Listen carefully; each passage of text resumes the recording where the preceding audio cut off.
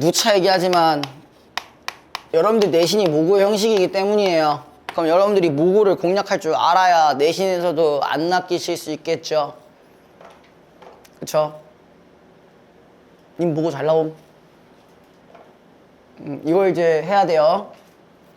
이걸 잘 가져가셔야 되고, 그러니까 이제 오늘부터 할 이제 문학, 비문학, 그리고 문법 다 들어갑니다. 그럼 심지어 독서와 작문 세트도 같이 있습니다. 네, 이게 이번 여름방학 때 끝낼 책이에요. 그래서 제가 모의고사를 자, 잠깐만. 여기서 저랑 정규 수업을 들었다 손. 너 그때부터 들었냐? 오래됐네, 생각보다. 자, 여기, 그랬구나. 까먹고 있었어. 아무튼, 제가 그때 수업했을 때도 모의고사를 방향을 어떻게 잡아야 되냐 이런 말씀을 분명 해드렸는데, 이 씨발, 이 두 분. 이 불알 듀오야. 이 불알 듀오. 줄여서 불알. 아, 왜? 왜? 그래서 그렇게 들어놓고 왜 그렇게 된 거야? 응? 자, 여러분들. 이번 여름방학 때 제가 드리는 과제 제발 성실하게 좀 해오시고, 그리고 클리닉 빠지지 마시고, 아니 정말 성적을 올릴 생각이 있으시다면 네, 클리닉 빠지지 마시고 오세요. 여러분들 지금 뭐 고1 거 풀기도 존나 벅찬 분들 존나 많은 거 알고 있어요. 알죠?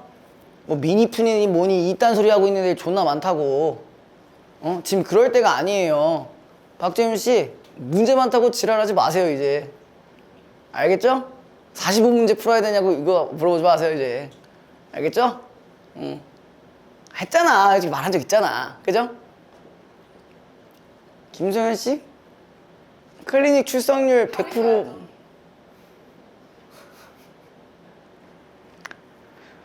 어머니 다름이 아니라 다름이 아니라 뭐? 누구? 잠깐만요. 혹시 학교가? 저 창의 어떤 것 때문에 오셨어요? 과학학원 때문에. 과학이요? 여기 아니에요? 2층 5강의실이라고 해서. 그래요?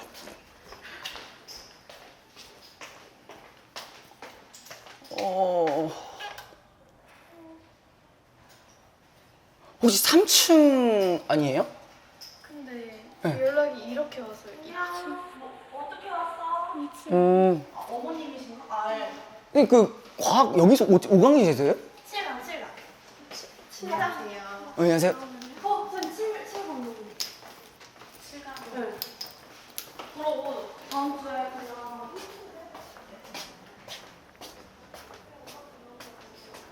아씨 놀랐네. 씨. 네?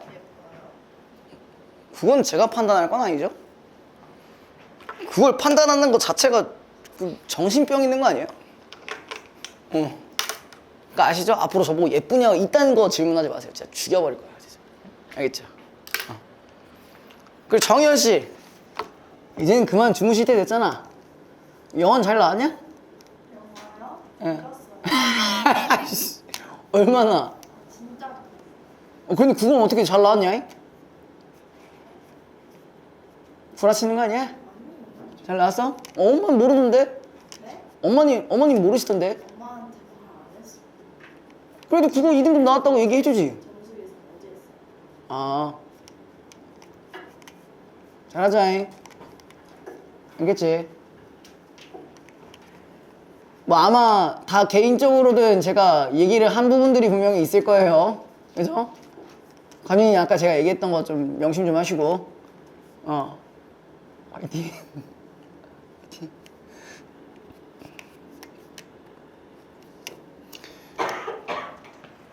그러니까 이것만 지켜주세요. 제가 하라는 거 하고 클리닉 오시는 거 그거 빼먹지 말고 그래 주시기만 하면 돼요. 올릴 일만 남았잖아 솔직히 님들이 뭐 어디 뭐 저기 위에 뭐 아니잖아. 올라갈 거밖에 없잖아 그지? 잘하기만 하면 돼 그죠? 자 여러분들 비하하는 게 아니라 예.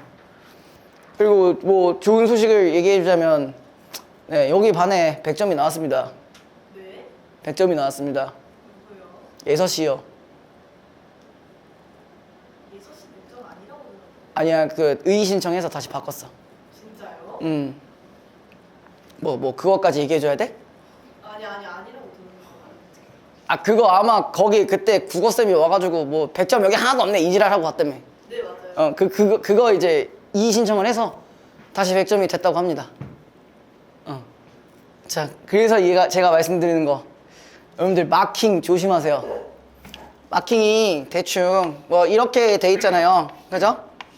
이렇게 돼 있는데 자 뭐 예를 들어서 이걸 내가 이만큼 선택을 했어. 그럼 화이트로 지울 거 아니에요 그쵸? 최대한 많이 가려주세요. 여기에 컴사가 조금이라도 삐져나오면은 이거 정답으로 인식 안 해줘요. 여기에만 있는 게 아니라 여기에다 해도 인식이 돼요. 왜냐면은 OMR 카드가 어떻게 익히냐면은 보통 이 OMR 카드를 이렇게 있었을 때 뭐 예를 들어서 하단 쪽에 어떤 식으로 돼 있냐면은 여기 검은색으로 이렇게 돼 있을 거야. 그치? 그러니까 이걸로만 봤을 때 여기에 되어 있어도 인식이 된다는 거야. 근데 어쨌든 간에 이 답란에다가 컴사가 남아 있었던 게 아니었기 때문에 100점으로 해준 거거든요. 네, 여러분들 마킹 하실 때 좀 주의하시면서 네, 해주시면 좋을 것 같습니다. 네. 근데 이번에 100점 몇 명이라냐? 아는 사람이 있어요? 2명. 2명이라고? 2명밖에 없다고? 어디서 들었어? 담임이 국어 자갈치야? 그 사람이야? 다른 사람이야? 2명밖에 없대? 야 여기 전교 2등 나왔네? 야, 이러면 데리고 와야 되는 거 아니야? 전교 2등이는 뭐 님들도 사람이 되셨잖아. 야 솔직히 작년 막 50점대였으면 몇 등급이냐? 3등급 확정 아니냐? 맞지? 근데 지금 거의 뭐 2등급까지 올라왔잖아. 그럼 됐지 뭐. 너도 3등급이었지?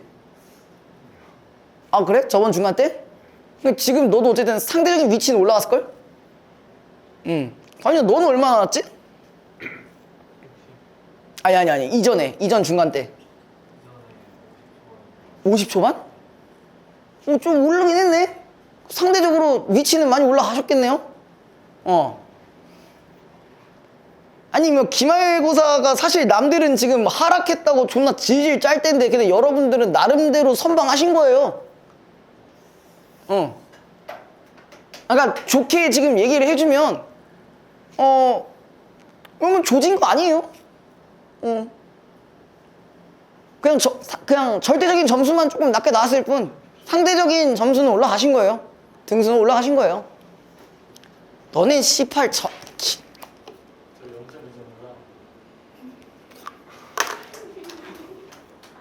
너넨 반성 대윤아 넌 진짜 반성해라. 네 알지? 반성해라. 원래 너네 엄마가 너 그만두라고 했다며.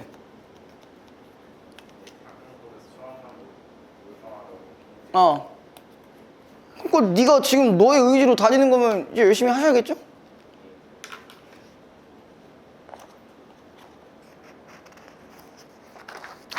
자, 아무튼 이야기는 끝났고 앞으로 열심히 하시면 되고 여름방학 때 졸라게 하시면 되고 알겠죠? 그럼 되는 거니까 열심히 하실 일만 남았습니다. 지켜보고 있다. 나 언제든 말할 수 있어. 뭐 어떻게 뭐 같이 해?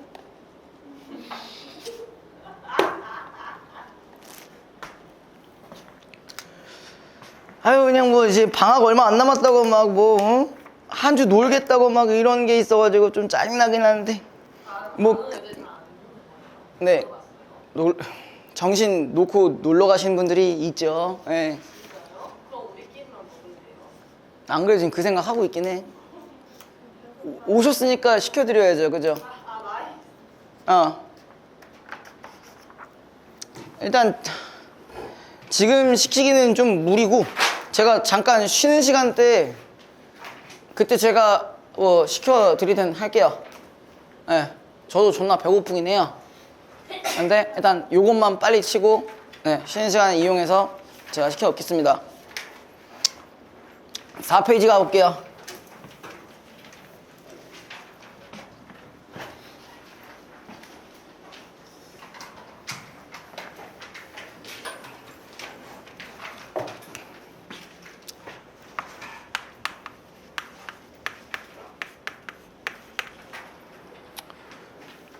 자, 우리 모고에서 문학할 때 어떻게 하라고 했었죠? 정규 수업 때. 뭐 당연히 기억들이 안 나시겠죠? 오, 근데 왜 그렇게 됐어요? 산지를 끝까지 읽어라. 끝까지 잘 읽었어요? 네. 왜 틀렸어? 좀 안 틀렸는데요, 누가? 문법에서 틀렸잖아요? 자, 다시 한번. 여러분들 처음 보신다면 지금부터 익혀주시고요. 자, 문학에 복이라는 곳이 있습니다. 자, 여러분들이 여기에서 대부분 마주하는 거는 처음 보는 문학 혹은 처음 보는 지문일 확률이 큽니다. 그쵸? 여러분 뭐 다 알아요? 다 알면 지금 여기 안 다니겠지. 그죠? 다 알면 자퇴하고 고3 수능을 보겠죠.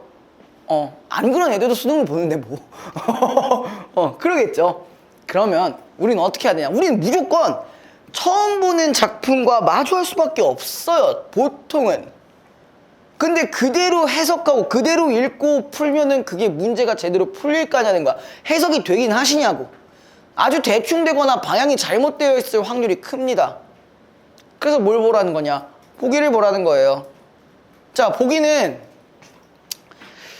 여러분들 식상하게 말씀드리면 그 있잖아, 뻔한 말들. 취재자의 의도 뭐 이런 얘기 하잖아. 그죠? 근데 그렇게 하면 여러분들이 안 와닿을 거니까 그냥 이렇게 얘기할게요. 자, 문학에서 나오는 보기는 너는 앞으로 이렇게 해석해라. 해석의 틀을 제공해 주는 거예요. 그럼 틀을 제공했다는 건 난 여기서 뭘 갖고 가야 되는 거야? 여러 가지의 정보들을 갖고 가셔야겠죠. 정보들을 갖고 가시고 그 다음에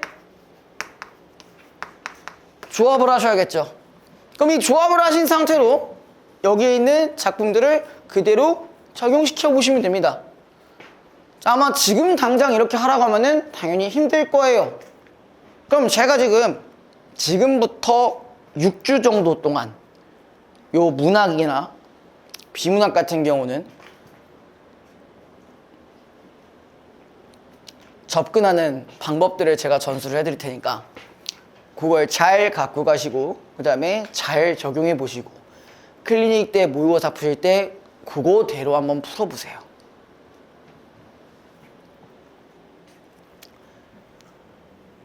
우리가 안개처럼 아무것도 안 보이는 그런 상황일 때는 보기가 매우 중요합니다. 이거라도 있어야 될 거 아니에요. 방향은 잡아야 될 거 아니에요. 방향 못 잡은 상태에서 하시면 이게 얼마나 힘들까요? 그죠? 자, 여기서 나 천재 있다 손? 나 천재다? 뭐 불올 천재? 없잖아. 그죠? 저도 천재는 아니에요. 저도 천재 아니에요. 자, 그러면은 우리는 다 일반적인 평범한 사람들이에요. 그죠? 그걸로 뭐 긁히실 필요는 없어요. 그럼 모두가 다 평범한 사람이야. 여기서 특출난 사람이 어디 있어? 특출난 사람은 일단 여기 없을걸요? 제가 말하는 특출난 사람은 중학교 때 막 대학교 전공서적 막 영어로 된 거 다 읽고 해석 가능한 사람. 그런 사람이면 특출난 사람이죠. 고등학교, 그럼 걔는 고등학교 가요? 바로 대학교로 갈 수도 있어요. 우리 그런 거 아니잖아. 그럼 어떻게 해야 돼요? 우리한테 가장 적합하고 제일 쉬운 방법을 사용하는 게 맞지 않을까요? 그렇죠?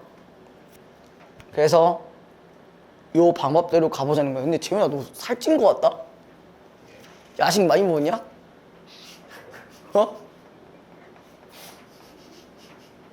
스토리 올리면 안 된다? 샤갈 선생님이 살쪘다고 지랄하네? 그러면서 이제 인증신고가 족가는 말 이러면서 딱 던지고. 자, 한번 요 틀대로 한번 가보자고요. 근데 여기에서는 보기가 나와 있지 않는 대신에 지문 형식으로 나와 있습니다. 지문이 가 형식으로 나와 있어요. 그렇죠? 자, 여기를 한번 보고 정보를 가려봅시다. 자, 시에서 시간과 공간은 화자의 경험이나 기억이 감각적 이미지를 통해 형성하는 배경으로 기능한다. 자, 요거 가공을 좀 할 필요가 있겠죠? 어떻게 가공을 해줄까? 자, 시간과 공간은 어떻게 돼 있어요? 자, 누군가의 기억을 감각적 이미지를 통해 형상화된다 했어요. 그럼 시간과 공간이 감각적 이미지가 될 수 있다라는 얘기죠. 그죠? 이연아, 힘들면 저 알지? 응, 저기 가서 들어. 졸지 마. 오늘 영어 하고 왔어? 졸지 마. 그 다음에 이때 시간과 공간은 화자의 과거 경험과 현재 상황을 잇는 회상 형식이나, 그럼 여기 시간 공간을 봤을 때 두 가지 포인트로 나눠지는 거야. 자, 첫 번째는 뭐였냐면은 과거랑 현재를 잇는 회상 방식이거나 라고 했어요. 그 다음에 또 상징적 공간과 화자가 처한 현실의 동일시 등을 통해. 자, 두 번째도 이렇게 정리를 한번 가볼게요. 상징적 공간과 처지가 어떻다고? 같다고 동일시라는 말을 했었잖아. 그죠? 여기까지 되니? 그럼 두 가지의 지금 증거가 생겼어요. 두 가지의 패턴이 생겼어요. 자, 그럼 이거라거나 이거란다고 했었으니까 얘는 뭐라고 보시면 돼요? 뭐 나 아니면 다겠죠. 그쵸? 보통 얘가 먼저 드러났다는 건 얘가 나에서의 작품의 특징일 확률이 클 거고, 그 다음에 여기에서는 다일 확률이 크겠다는 얘기겠네요. 그쵸? 이거 됐어요?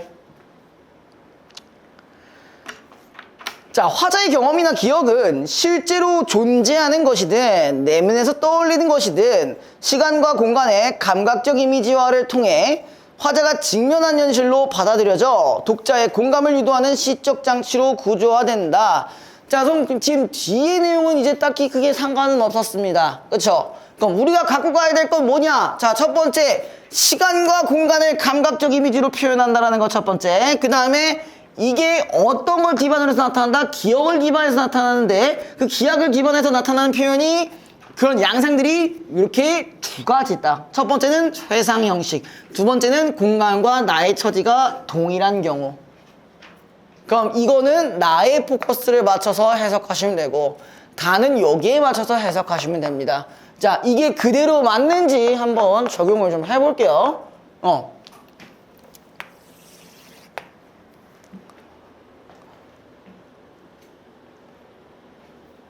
우리 이전에 정규 들었을 때도 이런 식으로 해드리지 않았네? 기억 안 나? 이 자랑이다 이 새끼야. 응. 자, 지금은 제 생각엔 그렇거든요. 솔직히 그 겨울방학 때 당신들과 지금의 당신들은 조금 달라졌을 거란 생각은 들어요. 예. 네. 겨울방학 때 약간 어떤 느낌이었어? 여러분들 그 개 족밥 금지였잖아. 아니 아무튼 사람은 아니었잖아요. 그죠? 형태서도 몰라가지고 이게 뭐예요? 나는 모르. 뭐 이러면서 이제 그랬었잖아요. 그죠? 네. 그나마 지금 거기서 저랑 이제 내신 겪으면서 그나마 사람 되신 거잖아요. 그죠? 그래서 이번에 또 이렇게 해석을 하게 되면은 아마 받아들이시는 부분들이 조금 달라질 수 있어요. 이전에 비해서 훨씬 더 잘 이해가 될 수 있어요.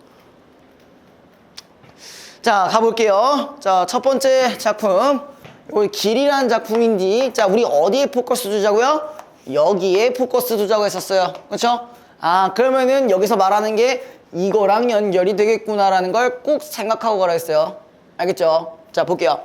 나의 소년 시절은 은빛바다가 엿보이는 그 긴 언덕길을 어머니의 상여와 함께 꼬부라져 돌아갔다. 자, 첫 번째, 소년 시절을 언급하고 있었습니다. 그리고 소년 시절과 연결된 게 지금 뭐라고 나와 있냐면은 은빛바다라는 게 있고요. 자, 일단 첫 번째 포인트 지금 가져왔습니다. 자, 은빛바다면은 뭐야? 시각적 심상이죠. 그죠? 그럼 우리 시간과 공간을 감각적 이미지로 표현했다. 충족되네요. 그죠? 그 다음에 추가적으로 뭐가 있었냐면은 여기 이런 말이 있었습니다. 어머니의 상여와 함께.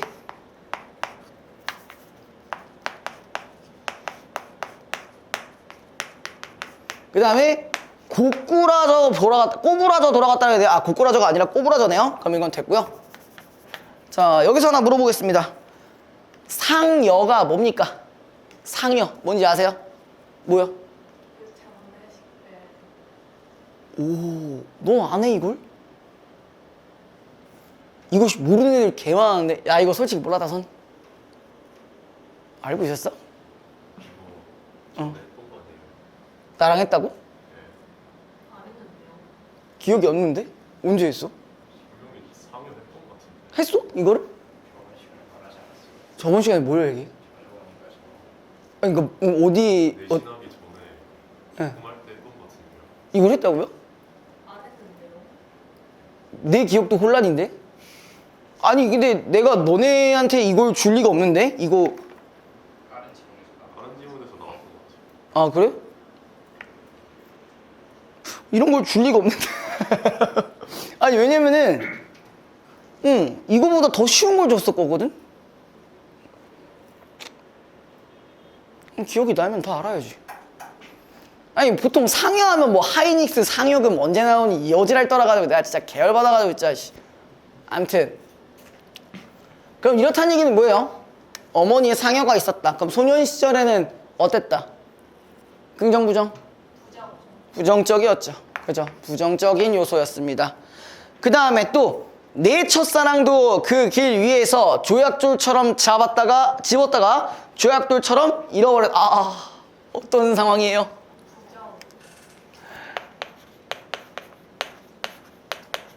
소년 시절, 그러니까 여기가 지금 나의 소년 시절은 어머니의 상여, 그러니까 어머니도 잃은 거죠. 그리고 첫사랑도 어떻게 된 거야? 실패. 예. 첫사랑도 실패한 공간. 자, 그러면 이 길이라는 공간을 통해서 일단 요런 패턴 하나 또 받았어요. 둘 다 부정적인 상황. 아니 뭐 첫사랑이 이게 성공하겠어요? 그 첫사랑 성공한 사람 많이 없습니다. 예. 뭐 아시죠? 있어요? 첫사랑도 없어요. 아, 그냥 관심이 없었다. 첫사랑의 그냥 정의가 뭡니까? 나도 존나 궁금해. 말 그대로 처음 좋아하는 사람을 기준으로 해야 될까요? 아니면 처음 이렇게 사귄 걸 기준으로 해야 될까요? 아니면 사귀었어도 좀 장기적으로 만난 걸 기준으로 해야 될까요? 전 이게 항상 헷갈려요. 말 그대로 처음 좋아하는 거?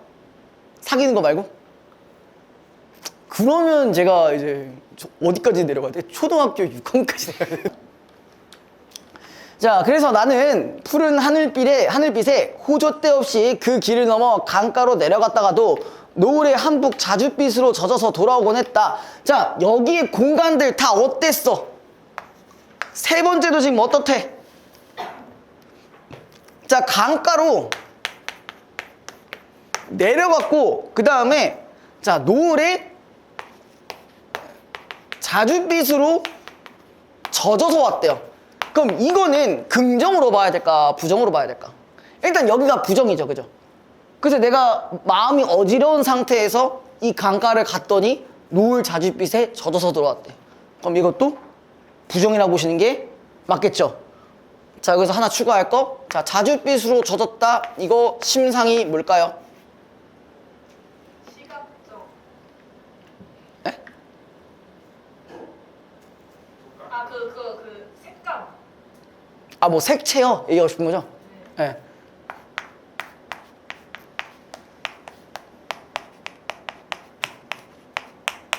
들어오겠죠? 젖었잖아. 그쵸? 그리고 강가에 내려간다고 했을 때 무슨 이미지? 하강적 이미지 존재하죠? 그리고 또 노을도 우리가 솔직히 하강적 이미지라고 볼 수 있죠? 그죠? 자, 요런 공간이었어요. 내가 과거 예상을 해봤을 때 이 길은 그렇게 좋은 공간이 아니었어요. 그 다음에 밑에 보시면 그 강가에는 봄이, 여름이, 가을이, 겨울이 나의 나이와 함께 여러 번 댕겨갔다. 자, 강가라는 공간이 그러면 어떻게 공간이야? 내가 시간을 함께한 공간이죠. 그쵸? 맞죠? 여기에서 봄도 지내고 여름도 지내고 나이 들면서 계속 있었다고 했잖아. 그쵸? 시간을 함께 보낸 함께 보낸 공간이라고 볼 수가 있었어요. 그 다음에 까마귀도 날아가고 두루미도 떠나간 다음에는 누런 모래둔가 그리고 어두운 마음이 남아서 몸서리 쳤다. 자, 그냥 여기서 끝나면 안 돼. 시간을 함께 보낸 공간이지만 어두운 마음이 존재했대요. 그죠? 어두운 마음이 존재했고 그런 날은 향용 감기를 만나서 돌아와 알았다. 자, 여기에서 감기를 앓을 정도면 이 강가라는 이 공간 자체가 지금까지는 계속 부정적이라는 걸 알 수 있었어요. 그죠? 오케이? 이해돼? 자, 그 다음에 할아버지도 언제 난지를 모른다는 동급 앞 그 늙은 벚나무 밑에서 나는 지금도 돌아오지 않은 잠깐만. 자, 어디로 왔어 이번엔? 버드나무로 갔죠. 근데 버드나무에서 지금 뭐 하고 있대요? 지금도 돌아오지 않는 어머니, 돌아오지 않는 계집애, 아씨, 돌아오지 않는 빼빼로. 아무튼 여기서 어머니, 그다음에 첫사랑이라고 할게요. 얘네 다 공통적으로 돌아오지 않겠죠? 그쵸? 돌아오지 않는 이야기가 돌아올 것만 같아. 잠깐만. 돌아올 것만 같아. 나 뭐하고 있대? 그래서 멍하니 기다려보면 돼요. 자, 이런 것에 대해 어차피 돌아오지 않을 거 아는데 그래도 뭐한대? 기다려요. 자, 여러분들 기다린다라는 거는 어떤 감정이랑 연결이 가능할까? 기다리는 건 어떤 감정? 그쵸. 좀 아시네요. 예. 그리움과 연결이 가능합니다. 그죠? 그러면 어느새 어둠이 와서 내 뺨에 얼룩을 씻어준다. 자, 처음에는 어두운 마음을 했을 때 여기서는 누가 봐도 부정적인 거 맞아요. 그렇죠? 근데 두 번째 나온 여기 마지막에 나오는 어둠은 어때요? 뭐 하면 되겠어? 내 뺨에 얼룩을 씻어준다니까 일종의 나의 눈물을 정화하는 역할이라고 볼 수 있죠? 그러면 얘는 이제 여기선 마이너스였지만 여기에선 플러스가 되는 거겠죠. 그죠? 똑같은 어둠인데 이거에 대한 인식의 변화가 생겼습니다. 자, 우리가 지금 분석한 걸 기준으로 다시 여기랑 연결시켜 볼게요. 자, 우리가 시간과 공간을 감각적 이미지로 나타난 게 중간중간에 있었죠. 은빛바다, 시각적 심상, 자주빛으로 젖는다, 시각의 촉각화 이런 게 있었죠. 그 다음에 두 번째, 과거에서 현재로 회상하고 있다 했었잖아요. 그럼 여기는 이미 과거 회상에 해당하는 부분이죠. 그쵸? 그리고 현재로 돌아왔을 때 버드나무에서 여전히 뭐하고 있어? 잃어버린 것을 기다린다 했었어요. 그럼 과거 회상의 구조도 연결이 가능하죠. 그죠?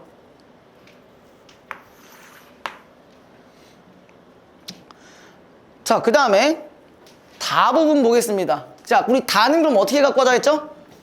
상징적인 공간과 화자의 처지가 동일하다는 얘기였어요. 일단 제목이 한계라고 하는데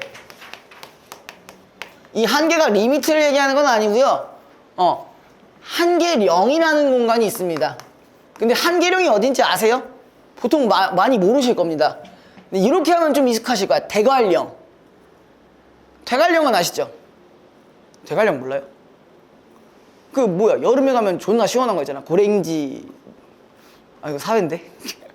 고랭지 놓은 거 개 쩔고 막 계단 신는 거 있고 막 그러잖아요, 그죠? 그럼 겨울 되면 어떻게 했어? 개 추워요. 여러분들 중에 일부가 그쪽으로 갈 수도 있어요. 철원이라고 아시죠?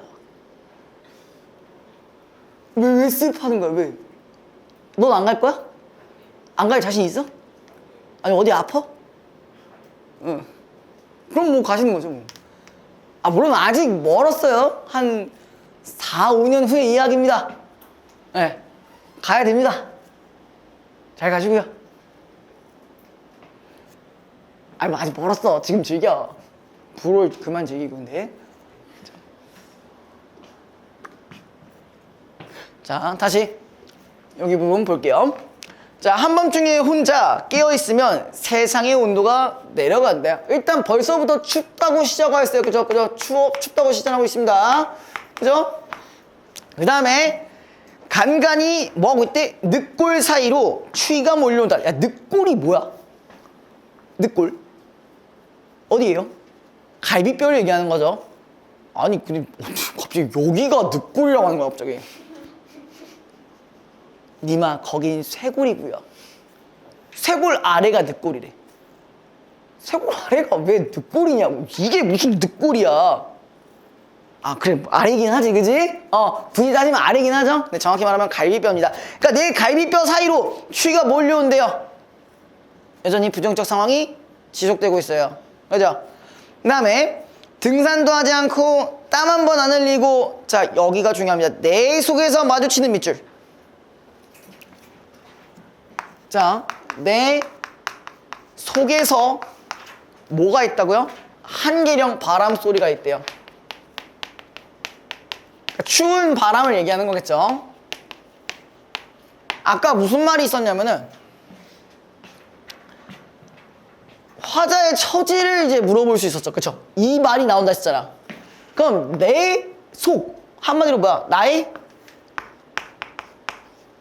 내면이 어떻다는 거야? 한계령 바람이 들어온대. 그럼 내 내면이 어떻다는 거야? 부정적이고 위태한 상황이란 얘기겠죠? 그죠?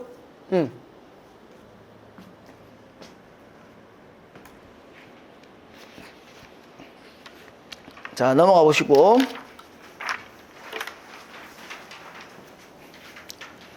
자, 다 불어버려. 갈 곳이 없다. 머물지도 떠나지도 못한다. 자, 이 얘기는 뭘까? 자, 이제부터 여기 적용하면 되죠? 그죠? 한계령이라고 생각하고 여기랑 나랑 내 처지랑 연결시키면 어때? 춥고 위태롭고 부정적이고 이런 분위기가 형성이 되는 거죠. 그쵸? 이 공간과 나가 똑같다는 얘기잖아. 그쵸? 그 다음에 이 머물지도 떠나가지도 못한다는 건 무슨 뜻일까요? 자, 눈보라가 그거게 치면은 내가 당연히 떠나지도 못할 정도겠죠? 그리고 머물면 어떻게 돼? 추워 뒤지죠? 그죠?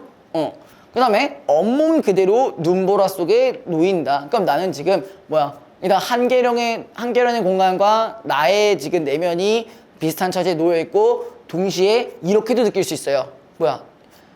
온몸 그대로 놓인다는 건 내가 어떤 상황까지 갔다는 거야? 한계 상황까지 갔다라고도 해석이 가능하시겠죠? 됐나요? 자, 여러분들은 제가 특별히 문제를 같이 풀어드리겠습니다. 어떻게 접근할지도 갖고 가야 되니까, 그죠? 자, 1번. 기억을 중심으로 나다를 이해한 내용으로 적절한 것은, 자, 기억이 뭐였냐? 시간과 공간의 감각적 이미지화라고 했어요. 그러면 감각적 이미지랑 관련해서 찾아야 된다는 얘기겠네요. 그죠? 자, 1번. 나는 색채 이미지를 활용하여, 자, 이거 있어요? 색채 이미지? 자줏빛 일단 있었잖아. 그죠? 그 다음에 자연물에 대한 화자의 심리적 거리감을 표현하고 있다? 는 아니죠. 근데 여러분들 보통 문제 푸시면 어때요? 색채 이미지? 이거 나왔어! 1번 정답! 하면서 2, 3, 4, 5 안 보잖아. 정답! 맞죠? 씨발 이지랄 할 거 아니야. 맞죠? 박준 씨 맞지? 맞죠? 아니야. 자, 그 다음에 2번. 여러분, 이런 거 조심하라는 거야. 모의고사 형식을 한다는 건 이런 거 조심하라는 거예요. 자, 2번. 나는 공간각적 이미지를 활용하여 자연물이 형성하는 시적 분위기로 화자의 내면을 드러내고 있다. 자, 나의 공간각적 이미지 있었어, 없었어요? 뭐예요? 아까 했잖아. 뭔 소리야. 지금 나야, 나 보는 거야, 나. 아까 얘기했잖아. 자줏빛으로 젖은. 그거 있었잖아요. 그걸 통해서 자연물이 형성하는 시적 분위기로 화자의 내면을 드러내고 있다. 그치? 자줏빛으로 젖었다는 게 내 내면이 어두워진다는 얘기잖아. 그럼 2번이 정답이네요. 3번. 다는 하강적 이미지를 통해. 자, 하강적이 있어요? 다에? 자, 있다. 일단 이것만 찾아보자. 있다, 없다? 하강적 이미지? 이 어디? 다예요. 온도가 내려간다. 있었죠? 그 다음에 다만 주변 상황의 변화를 아쉬워하냐는 없죠. 그죠? 자, 그 다음에 4번. 다는 청각적 이미지를 활용하여. 일단 청각적 이미지 있나? 바람 소리가 있긴 하네요. 그쵸? 근데 동적 대상을 정적 대상으로 수용하려는 화자의 인식? 전혀 동적 대상, 정적 대상 안 나왔죠? 상관이 없습니다. 자, 5번. 나와 다는 모두 밝음과 어둠의 이미지를 대비하여. 그런 게 있었나요? 딱히 찾아볼 수가 없었습니다. 여기는 넘어가시면 됩니다. 자, 2번. A와 B에 대한 이해로 가장 적절한 것은 A가 지금 뭐였냐? 그런 날은 감기를 만나서 돌아 알았다. 그 다음에 B는 늑골 사이로 추위가 들어온다 라는 얘기였습니다. 자, 1번. 일단 둘 다 어떤 느낌이야? 여기 봐봐. 둘 다 어떤 느낌이야? 일단 이것만 먼저 필터링 해보자. 긍정이야, 부정이야? 둘 다 부정이에요. 그죠? 맞죠? 자, 1번. A는 화자가 내면의 괴로움에 맞서려 하는, 뭘 맞서? 지금 그냥 힘들다고. 그죠? 2번. B는 화자가 느낀 고통을 회피 못하고 그냥 눈 처맞고 있죠? 그래서 눈보라 속에 얼었죠? 그죠? 3번. A와 B는 화자가 고통을 더할 새로운 갈등 상황이 발생했음을 드러낸다. 안 그래도 고통스러운데 뭘 또 더하는 갈등 상황 없었죠? 4번. A와 B는 화자가 심리적 고통을, 자, 거기 밑줄, 신체적 반응과 연결하여 인지하고 있음을 드러낸다. 자, 딱 A에서는 어땠어? 감기라는 말이 있었죠. B에서는 어떤 말이 있었어요? 늑골이라는 신체가 있었잖아요. 그죠? 그러면은 4번이 정답이겠네요. 자, 그 다음에 3번. 가를 참고하여 나다를 감상한 내용으로 적절하지 않은 것은? 자, 1번. 나는 어머니의 상여에 대한 경험을 늙은 버드나무 밑에서 떠올리는 것을 표현하여. 자, 거기 밑줄, 회상 형식을 통해 현재 상황과 이어지는 과거의 상실감 연결되냐? 그쵸? 2번. 나는 조약돌처럼 잃어버린 대상을 동구 밖에서 여전히 기다려본다는 것을 통해. 자, 여기까지 끊고요. 과거에 함께했던 대상에 대한 그리움을 현재 시점으로 표현한다. 자, 제가 아까 기다림은 뭐라고? 그리움이라고 했으니까 이것도 맞는 선지겠네요. 3번. 다는 머물지도 떠나지도 못하는 상황을 눈보라 속에 놓인 모습으로 표현하여 현재 화자가 처한 한계 상황을 형상화한다. 맞아요? 지금 오도 가도 못하잖아요. 그쵸? 그리고 눈보라 속인 모습을 가지고 제가 아까 뭐라고 했어요? 거의 한계까지 다다랐다고 얘기했었잖아요. 그죠? 4번. 나는 까마귀와 두루미가 떠난 강가에서 계절이 바뀜을 통해. 이런 장면 있었죠? 봄, 여름, 가을, 겨울 이거 있었고. 다는 세상에서 바람소리와 마주침을 통해 상징적 공간이 현재 화자가 처한 현실과 동일시됨을 보여준다. 이거 맞아요? 틀려요? 틀렸지. 그렇게 판단하면 안 되죠. 봐봐요. 나와 다는 뭐야? 동일시되는 걸 보여준다는 얘기잖아요. 맞아요? 그럼 여기 보세요. 자, 동일시되는 건 뭐에만 해당하는 거야? 다에만 해당하는 거였어요. 그러니까 우리가 보기를 잘 보라는 이유가 여기에 있는 거예요. 나에는 그런 거 없잖아. 다에만 있었잖아. 그쵸? 자, 그 다음에 5번. 나는 떠나간 대상을 기다리는 상황이 지금도 계속됨을 통해 다는 한밤중 깨어있는 상황이 내 속에서 떠올린 한계령으로 연결됨을 통해 화자가 직면한 현재를 보여준다. 그것도 연결 가능하시겠죠. 얘는 지금 몇 시니 근데? 35분? 자, 그럼 요거 하나만 더 할게요. 자, 8페이지 보겠습니다.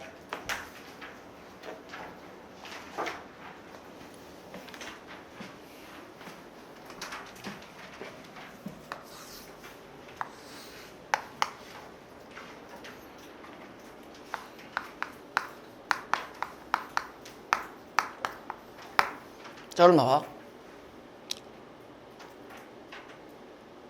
솔직히 여러분들의 대부분은 고전소설이 힘드실 거예요. 맞죠? 맞죠? 아, 쉬워요? 하은 씨 쉬워요? 자, 일단 첫 번째 이유.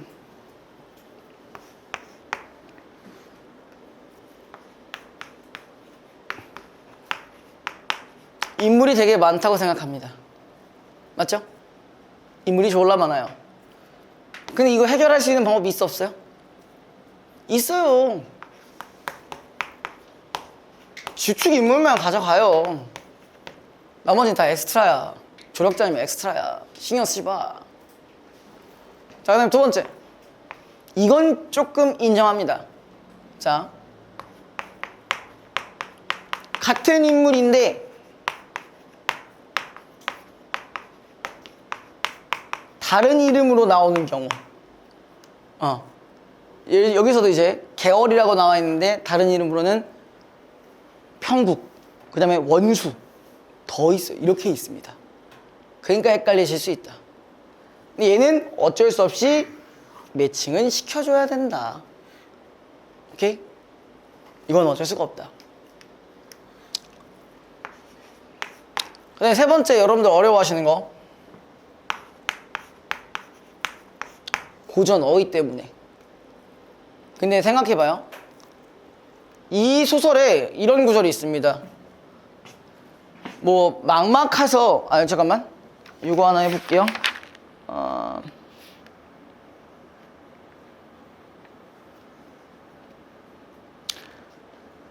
이런 말이 있어요. 아무리 생각해도 피할 길이 없어 양천탄식하기라는 말이 있었습니다. 여러분들 뭐 양천탄식 아세요? 자, 모른다 쳐볼게요. 대신 근데 여기에 대한 맥락은 파악 가능하세요? 지금 뭐래? 아무리 생각해도 피할 길이 없어. 그러니까 뭐야? 좆된 거야. 그러니까 탄식해 안 해? 하겠지. 어휘에 너무 집착하지 마요. 여러분들 지금 와서 어휘 외울 수 있어요? 쉽지 않을 거란 말이야. 뭐 제가 영어 학원 마냥 뭐 고전 어휘 일주일에 150개씩 외우라고 할 수는 없잖아요. 그럼 어떻게 해야 돼? 그게 안 되는 상황에서 해결하는 방법은 찾아야 되죠. 그죠? 맞죠? 그러니까 우리가 적어도 어휘랑 관련된 맥락만 잘 파악하셔도 고전소설이 힘들진 않아요. 그리고 아마 여러분들 중에 국어학원을 다니셨다고 한다면 보통 여기서 이제 뭐가 나와야 되냐면, 뭐 고전소설 하면 항상 뭘 만들어? 당신 알 거잖아. 뭐 하라고 해? 난 알 것 같은데? 내가 맞춰줘? 너 입으로 얘기할래? 내 입으로 얘기할까?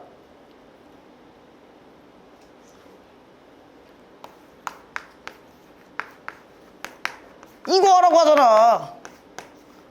이거 줘도 필요 없어요. 실전에서 써볼 수 있어? 뭐 존나 뭐 여기에 뭐 어쩌고 여기에 딸이 있고 뭐 여기에 씨발 뭐 누가 있고 뭐 여기 뭐 하고, 아니 씨발 실전 모의고사 풀 건데 그 시간에 개 쫓기고 있는데 이거 언제 그리고 자빠질 건데. 정의원도 그만 자빠지고 자고 하지 마. 이거 언제 쓸 거예요? 그 실효성이 있어요? 가성비 나와요? 안 나와요. 언제 쓰고 있을 거야? 이런 거 필요 없다고요. 맞죠? 그거대로 이렇게 했죠, 얘기? 변한 게 없냐? 거기는 5년 전이나 지금이나. 아무튼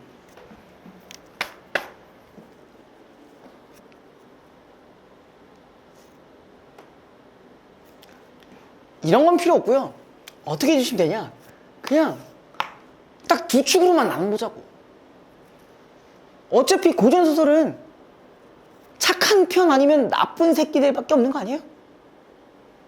그죠? 그리고 내 편이 있으면 적국이 있겠죠. 처 쪽이 있으면 첩 쪽이 있겠죠. 처첩 뭔지 아세요? 처가 뭐야? 처가 뭐야? 에? 본진? 그러니까 아내 얘기하는 거죠, 그렇죠? 아내. 첩은? 다 기생은 아닌데 이제 첫 번째 부인이 보통 처라고 많이 하고 두 번째 부인부터는 첩이란 얘기를 많이 합니다. 걔네는 보통 첩 쪽에서 처를 질투해야 안 해. 하죠. 근데 이것도 옛날에 설명해줬을 거야. 왜 질투했는지 얘기했을 거야. 기억나요? 아, 넌 안 날 수도 있어. 넌 안 했을 거야. 생각해봐요. 조선시대가 어떤 시대예요? 가문을, 그치? 가부장적 제도예요. 가문을 이으려면 누가 있어야 돼요? 아들내미가 있어야 돼요. 그죠? 근데 처가 만약에 몇 년이 지나도 아들을 못 낳고 있어. 근데 가문 입장에서는 가문을 이어야 되니까 누굴 들이는 거야? 첩을 들이는 거예요. 그래서 첩이 아들이 생겼어. 그럼 일단 걔가 후계자가 되겠죠. 근데 문제가 뭐냐면은 그 처의 아들이 한 20살 정도 돼가지고 이제 후계자를 이제 이어받아야 되는데 갑자기 웬일? 처가 이제 와서 임신을 했다는 거야. 그럼 거기서 이제 아들이 나와. 그럼 후계자가 누가 되는 거야?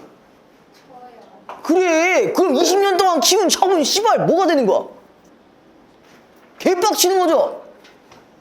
이건 질투할 만한 게 아니라 이건 죽여도 돼. 그죠? 20년을 그렇게 바쳤는데. 그죠? 어찌됐든 간에 고전소설은 보통 두 부류로 나눠진다라 그렇게 생각해 주시면 돼요. 알겠죠? 그래서 여기서 보기까지만 얘기하고요. 제가 쉬는 시간에 맛있는 걸 시킬 건데 제일 배고프다는 사람이 제일 열심히 주무시고 계십니다. 머리 안 감았냐?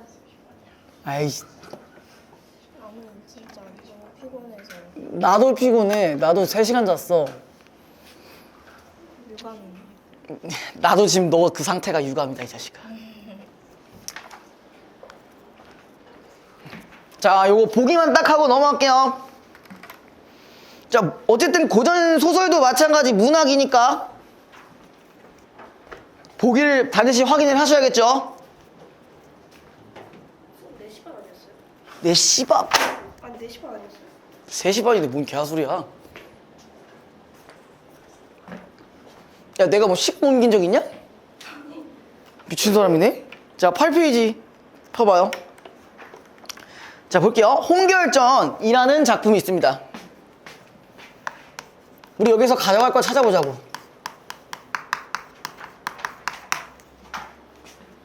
자, 홍결전은 병자호란의 패배 이후 창작된 작품으로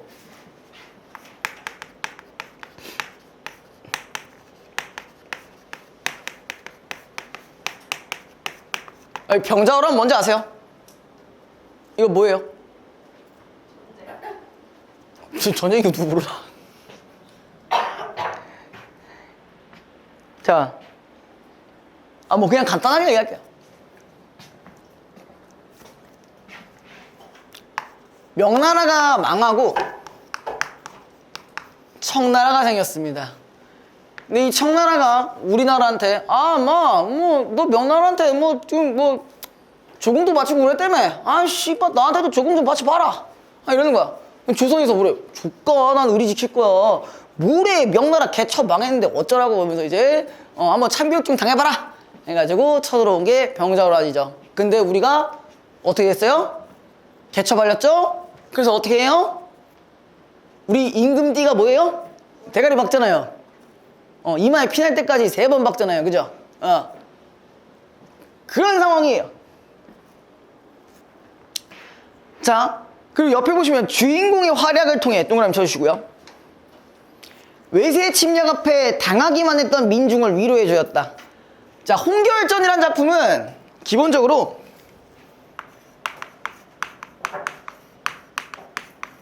여성용 소설입니다. 여성용. 여자가 주인공이에요. 그리고 영웅이에요. 일단 영웅만 생각하면 어때? 능력 개쩔겠죠. 그죠? 거기서 뭐 전장할 때 뭐 그지 같은 애들 그냥 싹 다 쓸어버리고 이런 거에 있어서 이제 뭐야, 민중들이 위로를 받는 건지. 좀 더 단적으로 얘기하면 뭐라는 거예요? 민족의 정신승리가 되는 거예요. 됐어요?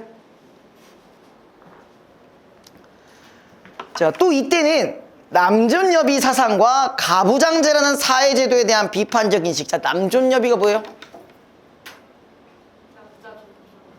남자는 존귀하고 여자는 비천, 그러니까 그때 당시 얘기였죠. 그쵸? 그 다음에 가부장제. 내가 짱이니까 따라와. 이거잖아. 그거에 대해서 뭐 하고 있었다고? 비판적 인식이 사회적으로 성장하는 시기였기에 남장한 여주인공이, 자, 요거 생각해봐요. 자, 여성 영웅이 되려면 일단 기본적으로 여성을 감춰야 됩니다. 왜냐? 당시의 신분제는 출세하려면 남성밖에 할 수가 없었습니다. 그래서 뭐 하는 거야? 남장을 시켜야 돼요.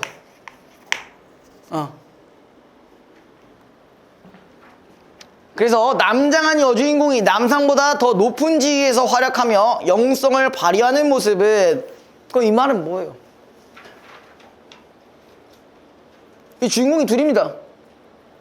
평국이라는 사람이 있고 부국이라는 사람이 있어요. 부국이는 약간 남잔데요, 항상 얘보다 못해, 조금. 그래서 얘가 더 그게 높아요. 지위가 더 높아요.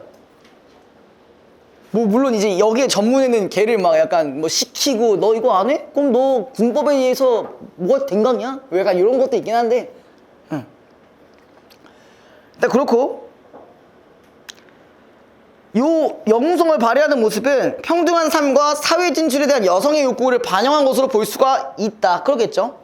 하지만 여주인공의 사회활동이 남장을 통해 가능했다는 점은 남성 우월적인 사회 풍조를 인정한다는 한계점으로 노출한다는 것을 볼 수 있다. 자, 그러니까 일단 뭐야? 남장을 해서 여성 영웅이 됐다는 건 당연히, 여성들도 보호하고 싶었다, 평등하게 가고 싶었다 라는 걸 얘기하는 동시에 그걸 이루어지는 과정 중에 남장을 이용했다는 것은 마찬가지로 한계를 인정했다는 말과 같다는 얘기였어요. 그럼에도 불구하고 홍결전에서는 계월이 왕에게 자신을 여성으로 밝힌 후에도 꾸준히 인정받으며 활약한다는 구조적 장치를 마련함으로써, 잠깐만, 자, 어떤 특징이 있었냐? 왕특, 여자임을 밝혔음에도 불구하고, 여자임에도 불구하고 뭐야? 뭘 인정하고 있어요? 능력을 인정하고 있죠? 그래서 이런 한계를 극복한 소설로 인정받고 있다 라고 마무리됩니다. 자, 보기에서 이 정도 가져갔으니까 이따가 제가 이걸 이미 설명을 몇 번 드리긴 했었어요. 여러분들 여전히 모의고사에서는 맨날 개 털리고 있죠? 그죠?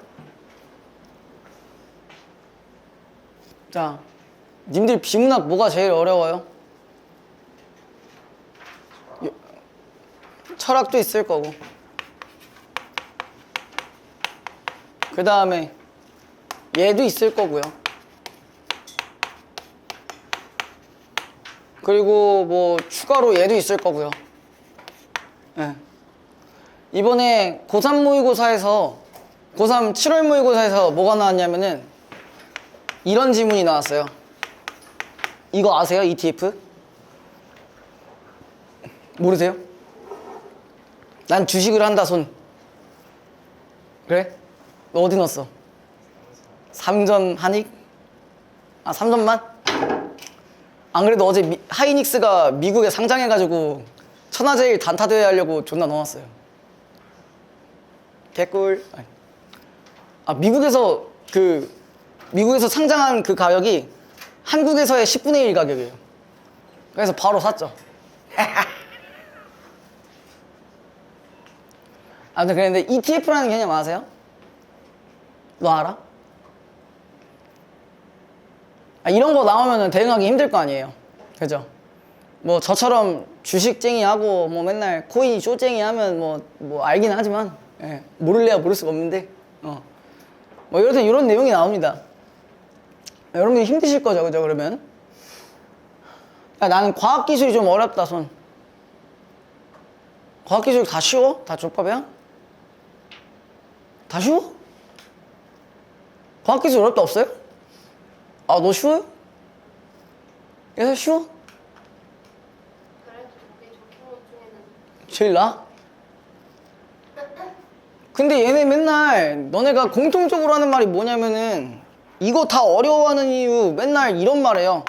그놈의 배경지식이 없어요. 저는 과학을 안 해서 아니 철학을 안 해봐서 사회 안 해봐서 몰라요. 이지랄 하는데 그게 무슨 의미가 있냐고. 배경지식 진짜 상관없어요. 물론 알아놓으면 편하긴 하겠죠. 근데 그걸 다 공부할 수는 없잖아요. 그죠? 제가 문학도 그렇고 비문학도 그렇고 요걸 우리가 생각을 해봤으면 좋겠어. 국어의 본질이 뭘까? 모의고사에서 우리가 어떻게 접근해야 국어를 풀 수 있을까? 일단 우리가 첫 번째, 모든 지문이 처음 보는 지문일 겁니다. 그죠? 문학에서도 아까 얘기했잖아요. 그죠? 그땐 보기를 보라고 했어요. 그럼 비문학이라도 다를까? 자, 우리가 결론적으로는 국어를 물어보는 거지. 그치? 우리가 과학을 물어보는 게 아니고 철학을 물어보는 거 아니고 사회를 물어보는 거 아니에요. 경제를 물어보는 거 아니에요. 그럼 비문학에 있는 정보만 그대로 갖고 가서 선지에 맞나 안 맞나만 판단하시면 돼요. 근데 다만 여러분들이 이런 데서 썰리는 이유 다 유형별로 다 정리가 되어 있어요. 왜? 우리 배경지식의 문제가 아니라 글의 구조의 문제예요. 여러분들이 구조를 제대로 몰라서 여러분들의 지식 탓이 아니에요. 여러분들이 공부를 안 하는 탓이 아니라고. 물론 내신 때는 공부를 안 하는 탓이겠죠. 아, 죄송해요. 제가 몇 주간은 아마 그럴 것 같아요. 아니, 처음부터 저한테 성적을 얘기해줬으면 저도 이런 말 안 하죠. 인정하십니까? 아, 닥쳐. 시험 끝나고 내가 제일 먼저 카톡 하는데 뭔 소리예요. 뭘 카톡을 못 봐요. 말이 되는 소리 하세요. 아, 그래, 알겠어. 그럼 왜 내 건 왜 안 보냐고. 봐야지. 당연히 시험 끝나는데, 야, 시험 끝나고 그러면 국어쌤이 연락을 하겠어, 안 하겠어? 하죠. 그럼 뭐 어떻게 DM으로 보내? 박지훈 개새끼야 이러면서? 스토리 안 올리냐? 띠발? 카톡 안 읽으면서 스토리는 존나 잘 올리시더라고. 개빡치게. 뭐 모든 연락수단 방법을 다 동원할까? DM도 해보고 카톡도 해보고 안 되면 전화도 해보고 아니면 어머님한테 해보고 아니면 뭐 그 다음에 텔레그램까지 해볼까? 엄마랑 전화하지 않았어. 했지요. 안 알려줬어. 뭐라고? 내가? 엄마가 쌤한테 안 알려줬어. 굳이 내가 안 물어봤는데? 네 입으로 말해야지.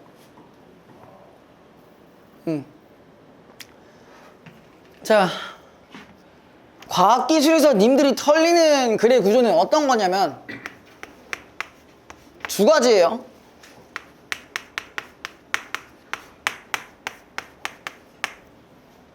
보통 생물에서 제일 많이 나오는 건데 어떤 현상이 일어나는 원리에 대한 것, 그 다음에 어떤 생명체에 대한 뭐 각각의 뭐 조직은 어떻게 되고 얘네들에 대한 기능이 어떤 거고 어떤 역할을 하는지 그런 거를 여러분들이 좀 많이 힘들어해요. 왜? 얘는 순서가 있으니까 1번에서부터 5번까지의 뭐 순서를 가지고 해서 이렇게 해서 이런 현상이 일어난다 가 되니까 일단 힘들어 할 거야. 그지? 그 다음에 기능은 여기 부분은 여러분들이 힘든 이유. 정보가 졸라 많아요. 그러니까 일일이 이걸 다 기억하기가 짜증난다는 거지. 여러분들 기억 못할 사람들은 아니거든. 여러분들 바보 아니고 병신 아니거든요. 근데 존나 많아서 하기가 싫은 거야. 아, 존나 건드리실래? 아, 존나 많은데? 이거잖아. 님들이 정말로 능력이 부족한 걸까요? 능력이 부족해서예요? 아니, 단적으로 물어볼게, 준우야. 이거 능력이 부족해서 이걸 안 하는 거야? 그건 아니잖아. 일단 봤을 때, 아, 정보가 아주 압도적으로 많네. 개짜증나네. 그냥 너무 대충 해야 될까? 그러니까 못 푸는 거예요. 그럼 얘를 해결하는 방법은 진짜 간단해. 뭐야? 순서를 잘 기록해 두셔야지, 최소한으로도. 제가 여러분들한테 뭐 기깔난 필기를 원하면서 그거를 외우라고 그런 짓은 안 해요. 근데 이러한 지문이 이제 연결이 되었을 때 그렇게 적용을 해야 된다는 얘기를 했던 거예요. 지금 님들 여기 안 보시는데 여기 지금 제가 되게 중요한 말을 하고 있는 거거든요. 그럼 얘도 마찬가지야. 각각에 해당하는 기능이 어떤 건지만 딱 연결시키고 정리만 해주시면 되는 거예요. 근데 여러분 그거 귀찮잖아. 님들이 능력이 안 돼서 하는 거 맞냐고. 귀찮아서 안 하는 거잖아. 그지? 아, 진짜 그렇게 생각해? 너네 뭐 능력 없어? 가민아 너 능력 없어? 님 능력 있잖아요. 할 수 있어. 누구나 다 할 수 있어요. 근데 안 할 것 뿐이야.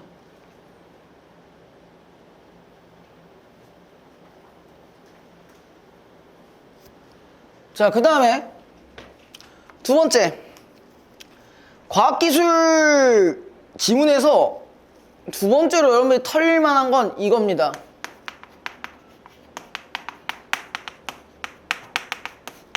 변수 간의 관계들. 이걸 설정 못해서 틀리는 경우도 많아요. 근데 비문학에 이런 게 너무나도 많죠. 뭐 이를테면 예를 한번 들어볼게요. 힘이 높아질수록 속도가 빨라진다라는 이런 뭐 변수가 있다고 해봅시다. 그럼 이거는 우리가 기억을 해두시고 어떤 것까지 세팅을 해줘야 돼요? 반대의 경우도 우리가 상정을 해줘야 되잖아. 그렇죠? 맞아요? 자, 그 다음에 근데 비문학에서 변수 관계를 만들 때 한 가지만 얘기하지는 않아. 최소 2개, 3개를 엮는단 말이야. 그럼 예를 들어서 또 하나 더 갖고 가시면 이런 거야. 자, 속도가 많아질수록 뭐 예를 들어 저항은 뭐 낮아진다. 아니 그냥 뭐 제가 뭐 어떤 지식을 얘기하려는 게 아니라 그냥 이런 변수가 있다고 쳐보자고. 자, 그럼 이렇게 두 가지 변수가 있을 때 이 둘을 엮을 수가 있을까요, 없을까요? 엮을 수 있죠? 어떻게 엮을까? 여기다가 뭘 더 추가해? 얘를 여기다 옮겨줘야겠지. 그럼 뭘 더 추가해 주시면 돼요? 저항이 낮아지는 거. 그럼 우리 여기서는 이 부분만 관계가 있잖아요. 근데 이렇게 확장을 해버리면 뭐까지 생각할 수 있어요? 아, 힘이 커지면 저항이 낮아지는구나. 근데 보통 문제에 나오는 선지에서는 이렇게 정확하게 그냥 정직하게 안 물어봐. 정직하게 안 물어봐. 그럼 힘이 많아지면 저항이 낮아진다라는 식의 선지가 나온다고요. 근데 이것도 지금 쉬운 구조에 속한 편이에요. 그럼 만약에 여기서 또 다른 걸 더 추가해봐. 뭐 예를 들어서 여기 이걸 더 추가했어. 반지름의 뭐 제곱이 뭐 높아지면은 뭐 여기에 대한 뭐 부피는 같이 뭐 높아진다. 자, 우리 이거 제곱까지 생각할 필요 있어요, 없어요? 그냥 뭐야, 정비례야. 보통 요 정도의 관계가 나오는 상태에서 이제 문제를 물어본단 말이야. 근데 적어도 우리가 이거는 요렇게 통합을 시킬 수 있잖아. 그럼 이건 빼도 되는 거잖아. 근데 여러분이 이거 잘 하고 있냐고? 안 되잖아. 그죠? 이런 거에 대한 방법은 제가 잘 알려드릴게요. 근데 여러분들이 주로 틀리는 부분들이라고 했을 때 풀기 어렵다고 하는 부분들은 보통 요거에 해당하는 거예요. 여러분 이런 거에 익숙하시나요? 아니요, 전혀 아닐 거예요. 뭐 겨울 때 같이 들으셨다면은 뭐 알 수도 있는데 근데 겨울 때 제대로 들은 사람이 제가 보기에는 잘 모르겠어요. 있는지 모르겠어요. 왜냐면 그때는 고1 때 내신이 이렇게 족같을 줄 몰랐었겠죠. 그냥 그거나 해야지. 겨울이니까 다들 하니까 해야지. 그냥 이런 생각으로 와서 했겠지. 근데 여러분들 이제 내신 겪어보니까 어때? 아주 그냥 족같죠? 2등급 안 나오면 망했다. 이렇게 돼버리잖아. 그죠? 제가 왜 이런 얘기들을 먼저 해드리냐면은 사실 뭐 진도 나가는 거 중요하죠. 중요한데 여러분들이 그거를 어떤 방향을 알고 가는 것과 모르고 그냥 내가 수업하니까 내가 수업하는 대로만 그냥 가고 그 자리에서 내용만 이해하고 이게 여러분들한테 의미가 있냐라는 거예요. 저는 의미가 없다고 생각해요. 자, 지금 여기 남아 계신 분들은 적어도 나는 성적을 조금이라도 올리고 싶고 나 사람 구실 하고 싶어서 오신 분들이 많을 겁니다. 맞죠? 그냥 나 대충 하러 왔어. 이런 사람 있어요? 그 의지만큼은 없겠지. 그런 생각을 안 하시는 분은 없겠지. 다만 내가 마음대로 100%를 활용할 수 없을 뿐이지.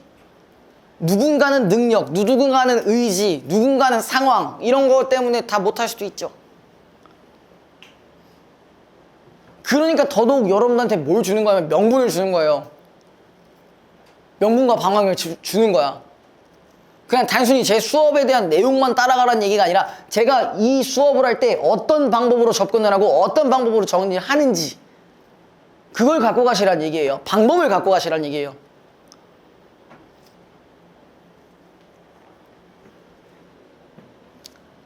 자, 그 다음에 이제 철학이요. 철학은 이전에도 제가 몇 번 말씀드린 적이 있었습니다. 당신 쇼펜하우어 이해할 수 있어? 얘가 무슨 머리로 저딴 말을 내뱉는지? 뭐 모든 것은 허무하다. 너가 고난과 시련을 겪는 것 같냐? 그럼 일단 자라. 뭐 이런 말 이해할 수 있어요? 아니면 뭐 칸트의 뭐 통 속의 뇌 들어본 적 있어요? 지금 내가 이렇게 실존하는 게 이게 가상현실일 수도 있잖아. 그렇게 되면 내가 여기가 지금 가상현실이면 그럼 나는 뭐야? 내가 생각하고 있는 이 뇌는 어디에 있을 수도 있어. 통 속에 저렇게 물만 채우고 갇혀 있을 수도 있다는 얘기예요. 그걸 왜 이해를 해? 씨발 나도 이해 안 돼 그거. 왜 하는 거야 그거 대체? 자, 저도 이해가 잘 안 돼요. 저도 천재가 아니에요. 저도 천재 아니에요. 님들은 천재예요? 그럼 님들 저게 이해돼? 안 되는 게 정상이라니까? 근데 여러분들 항상 그렇잖아요. 비문학 할 때마다 여러분들 진짜 많이 실수하는 거. 방언씨, 뭐 이렇게 바쁘세요? 너도 해야 돼. 자, 비문학을 이렇게 쭉 읽다 보면은 나는 나름대로 이해하려고 노력을 되게 많이 하실 겁니다. 그쵸? 다들 많이 합니다. 근데 어떤 특정 구간에서 자꾸 이해가 안 돼. 막혀. 그럼 여러분들 어떻게 해요? 다음 거로 넘어가요? 안 넘어가잖아. 그래서 거기만 쳐다보잖아. 여기만 쳐다보고 이게 왜 이러지? 왜 이러지? 왜 이러지? 이러다 3분 가고 4분 가고 그 다음에 시간 모자라서 털리는 거고. 그거 여러분들 내신에도 똑같이 적용돼요. 문법 존나 힘들었잖아요. 그죠? 문학도 힘들었을 거고 쉽지 않았을 겁니다. 그죠? 그거 다 그렇게 유도를 하는 거예요. 선생님들이 선지를 다 그런 식으로 유도를 하는 거예요. 여러분들 시간 뺏으려고. 그럼 거기서 잘 안 되면 다른 쪽으로 넘어가면 그래도 친절하게 설명은 해줘요. 과도한 이해하려고 하지 마세요. 제가 이해를 하지 말라 이런 말은 아니에요. 과도하게 뭘 하려고 하지 마세요. 철학은 그 다른 사람의 뇌피셜이야. 다른 사람의 주장이야. 무슨 말인지 알겠어요? 그냥 내가 모르는 어떤 사람의 주장이니까 우리는 얘가 뭐라고 얘기했는지. 그럼 주장을 말했으면 당연히 뭐가 있겠어요? 이유든 근거든 있겠죠. 거기에 대한 이유나 그 근거만 찾으시면 돼요. 아, 이 새끼 이렇게 족같은 말을 했어. 근데 아, 얘가 이렇게 말하는 이유가 있겠구나. 이렇게 가시면 돼요.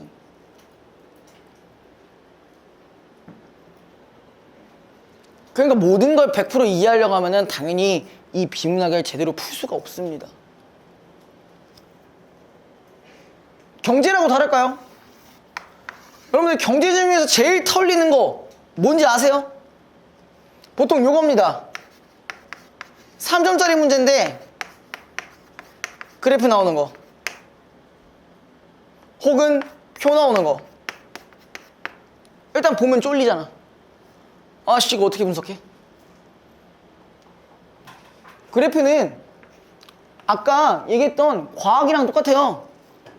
자, 그래프에 뭐가 있어요? 자, 여러분들 함수 그래프에 뭐 있습니까?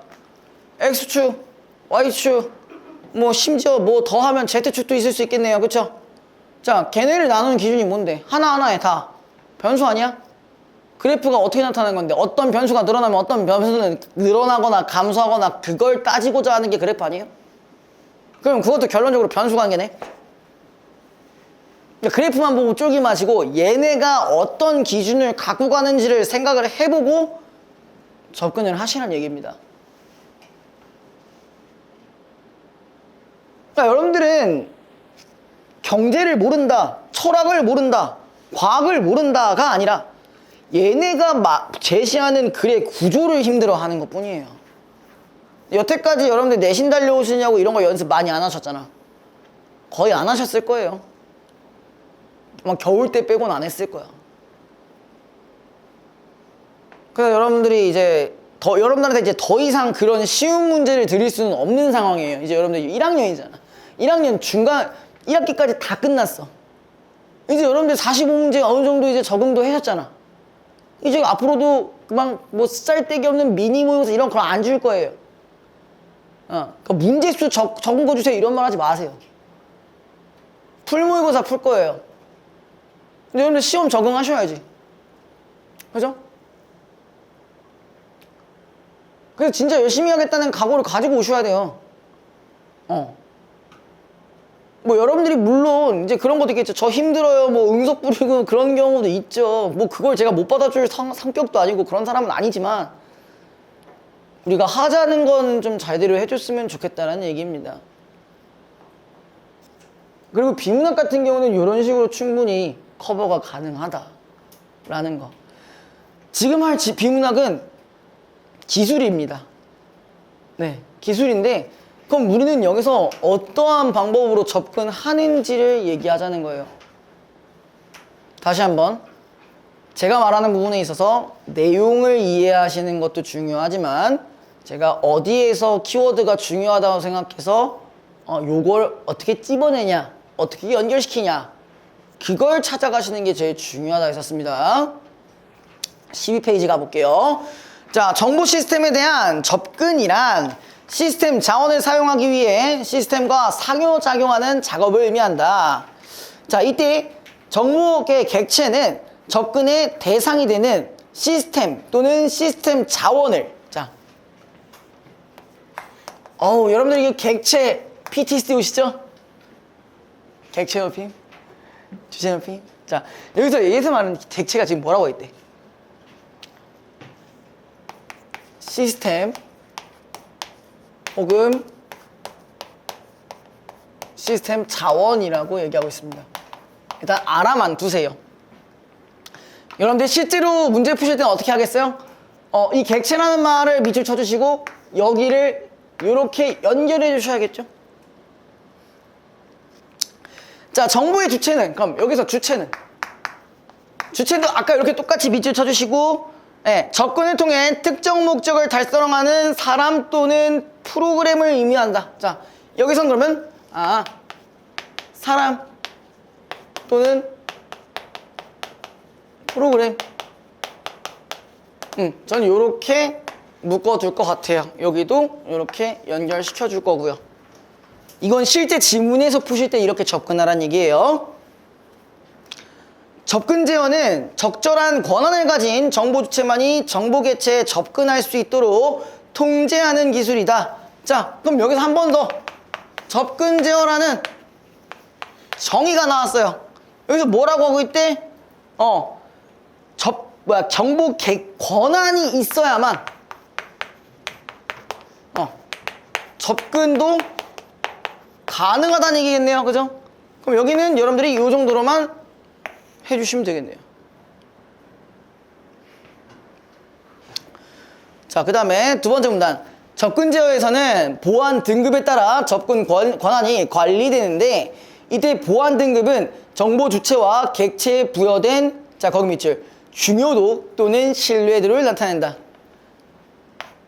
제가 정리해드린 거는 그럼 보안 등급이라는 거는 여기서 말했듯이 중요도나 혹은 신뢰도를 나타내는 거라고 했어요. 그죠? 인터넷 카페에서 등급에 따라 읽기 또는 쓰기 권한을 주는 것은 이러한 예에 해당한다. 여러분들 요즘도 뭐 카페 같은 거 있으세요? 네이버 카페 이런 거 하세요? 하시는 분 있어요? 여기는 없을 것 같은데.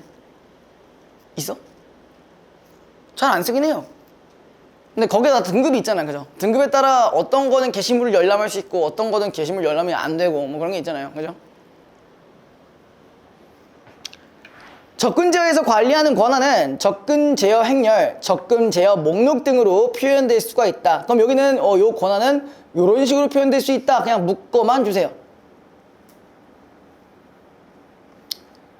자, 접근 제어 행렬은 정보 주체를 행으로, 정보 객체를 열로 구성한 테이블로서 객체에 대한 주체의 접근 권한은 해당 주체의 행과 해당 객체의 열이 만나는 셀에 기록한다. 그럼 이 말은 뭘까요? 자, 행이 뭔데? 니들 행이 뭐야? 가로줄 얘기하는 거죠. 그죠? 그 다음에 열은요? 세로줄 얘기하는 거죠. 그럼 여기서 대충 지금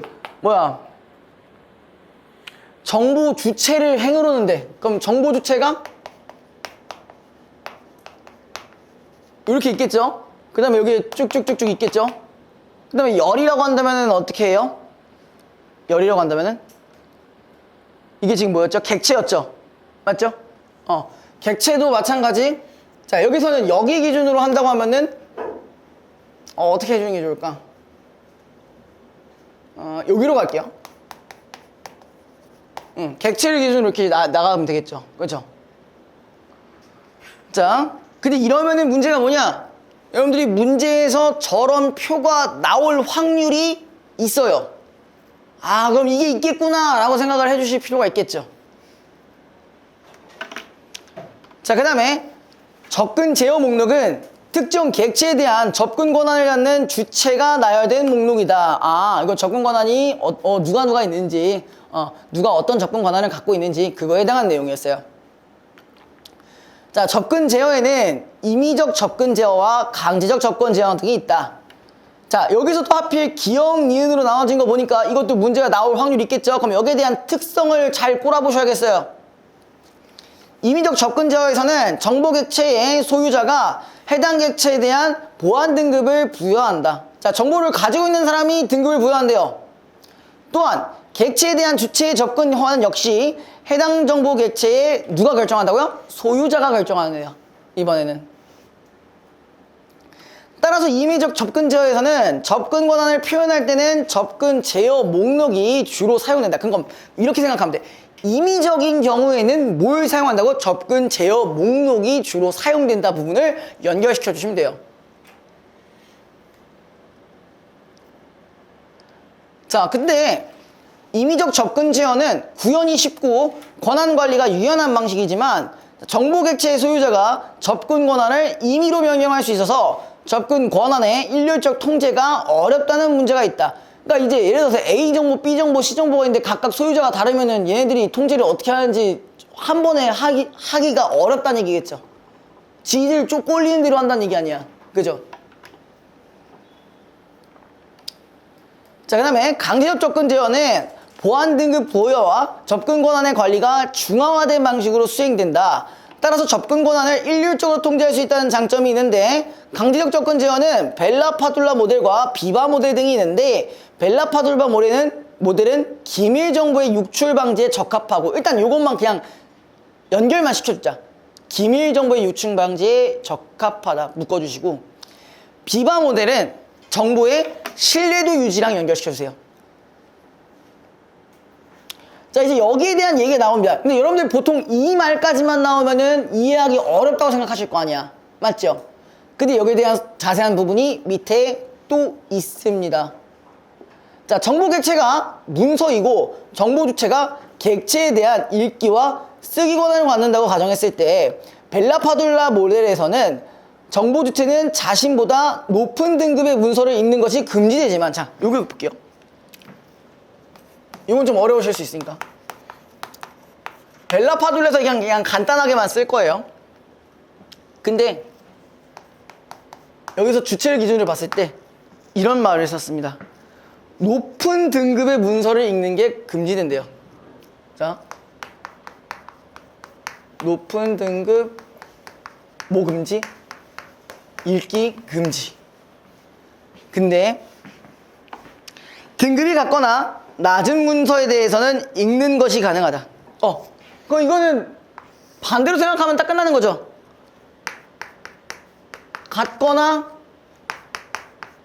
낮을 때는 읽기가 가능하다. 뭐 저는 이렇게 정리해뒀습니다만 여러분들은 그냥 원래 알고 계시는 반대 성향이라면 상관없긴 해요. 자, 또한 정보 주체는 자신보다 낮은 등급의 문서에 쓰는 것은 금지되지만, 잠깐만, 자, 방금 뭘 기준으로 했어요? 읽기를 기준으로 했고요. 지금은 이제 뭘 기준으로 하고 있어요? 쓰기를 기준으로 했어요. 쓰기를 기준. 자,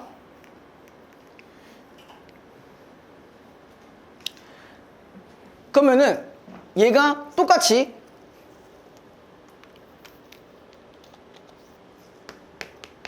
자, 낮은 등급에서는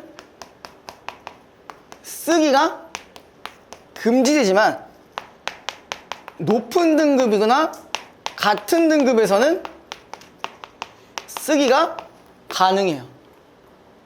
이게 뭐라고? 이 벨라파둘라 모델이에요. 두 가지로 나눠줘야 돼. 읽기와 쓰기로 나눴을 때 읽기는 높은 등급이 안 되고 쓰기는 낮은 등급이 안 돼. 이것만 생각하면 되겠네. 그죠? 하나 왜 죽으려고 그래? 왜 죽으려고 그래?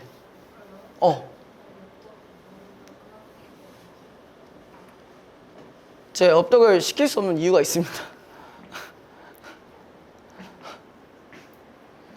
자, 그 다음에 비바 모델에서 정보 주체는 자신보다 높은 등급의 문서에 대해서는 쓰기 권한이 없지만 등급이 같거나 낮은 문서에 대해서는 쓰기가 가능하다. 자, 요거랑 반대네.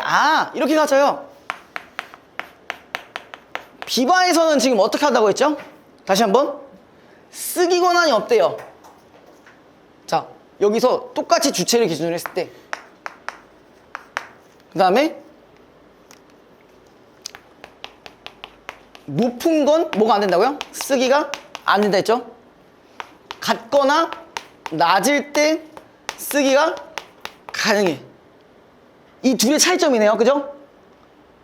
차이점 보여?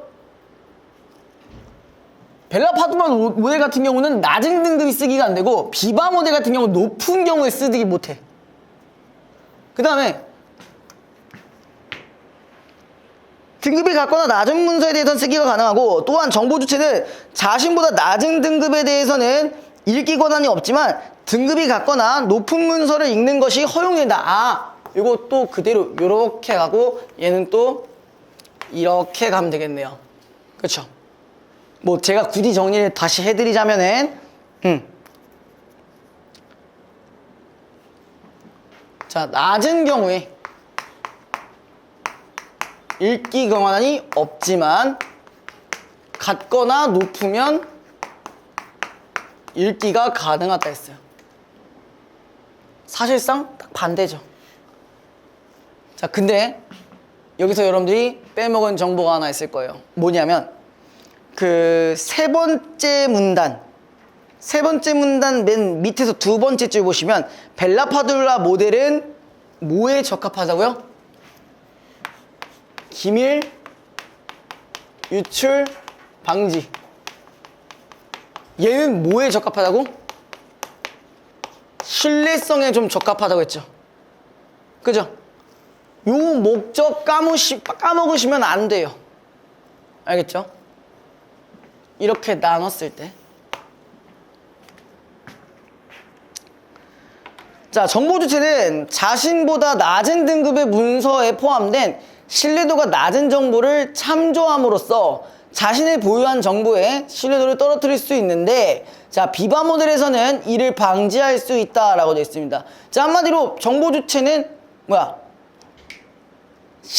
자신보다 낮은 등급에 대해서, 자, 얘가 낮은 등급이 어떤데?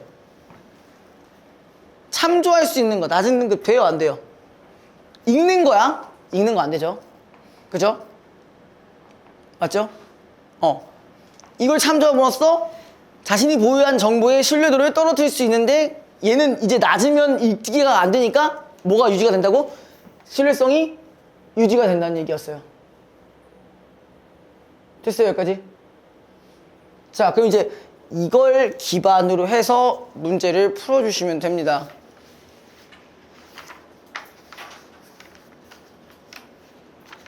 자, 뭘 하실 거냐면요, 2번, 3번, 4번만 할게요. 2번, 3번, 4번.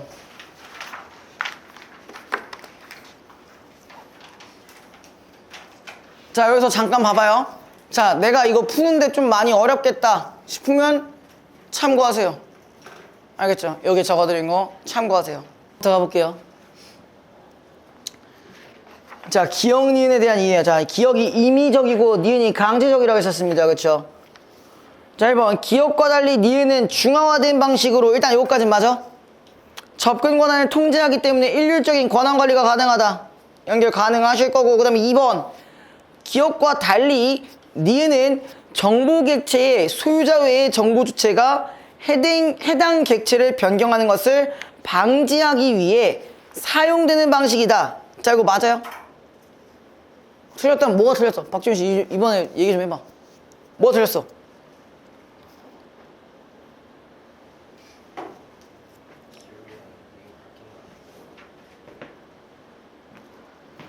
그치, 이거 기억에 대한 설명이죠. 그래서 2번이 정답이었습니다. 3번. 니은과 달리 기억은 정보 객체의 소유자가 접근 권한을 관리하기 때문에 권한 관리가 유연하다. 그치? 이거 중앙화가 아니니까. 4번. 기억과 니은은 모두 권한을 부여하고 관리하기에 사용하는 거 맞죠? 그래서 정보 제어, 뭐 행렬이랑 정보 제어 뭐 어쩌고저쩌고 있었잖아요. 그죠? 그 다음에 5번. 기억과 니은은 모두 접근 제어 행렬을 이거는 뭐 4번이랑 5번이랑 같은 선지니까 그냥 넘어가도 되겠네요. 자, 3번. 가의 이유로 적절한 것은?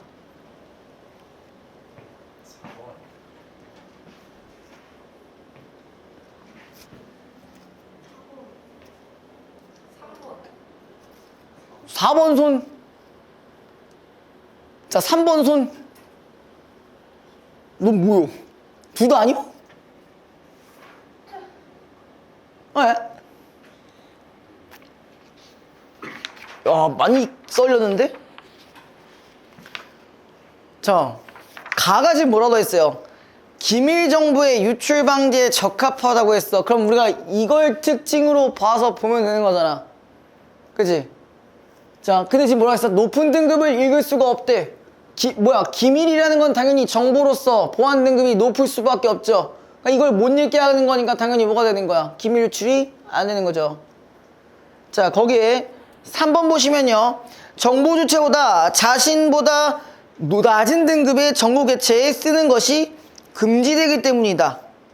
자, 요게 왜 맞는 거냐면은, 아니 잠깐만.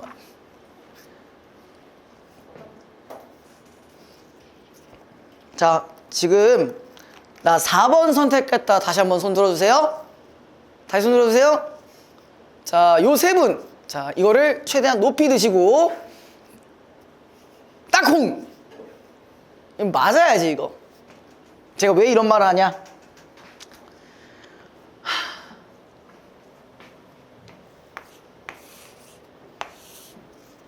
여기 있잖아.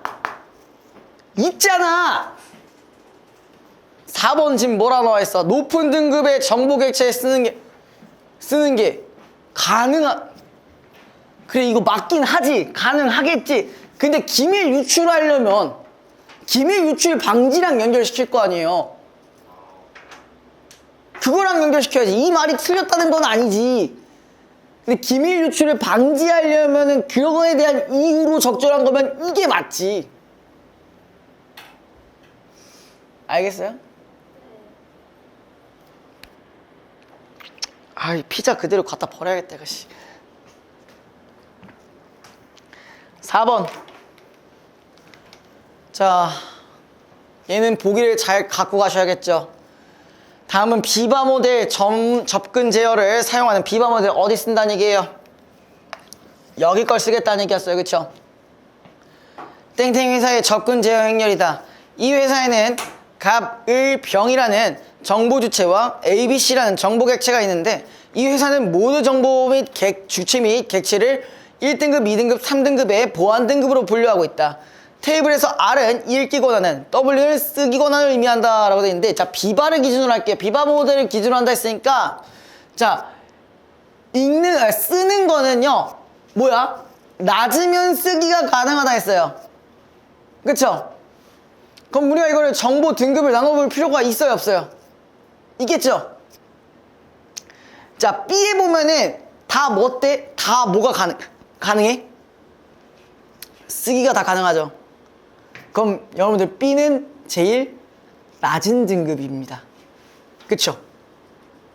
맞아요? 자, 그 다음에 근데 다만 지금 갑이 뭐까지 포함되어 있어요? 읽는 게 가능하대.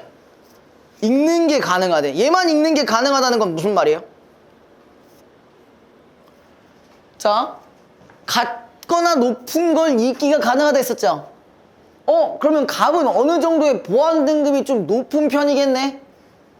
그죠? 그렇게 생각해 주시면 돼요. 자, 1번부터 가보겠습니다. 자, 모든 주체가 B에 대한 쓰기 권한을 C에 대한 읽기 권한을 가지고 있음을 고려할 때, 자, 갑은 A에 대한 읽기 권한을 가지고 있겠다. 자, 이거 맞을까요? 틀릴까요? 이게 정답이야? 아, 맞아요.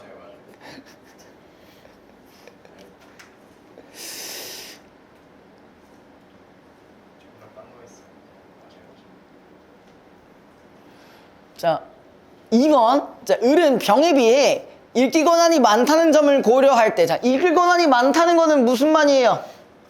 같거나 높은 걸 읽을 수 있다잖아. 그럼 이 얘기는 뭐야? 이 사람 자체에, 을 자체에 뭐가 적다는 거야? 보안 등급이 낮다라는 얘기 아니야?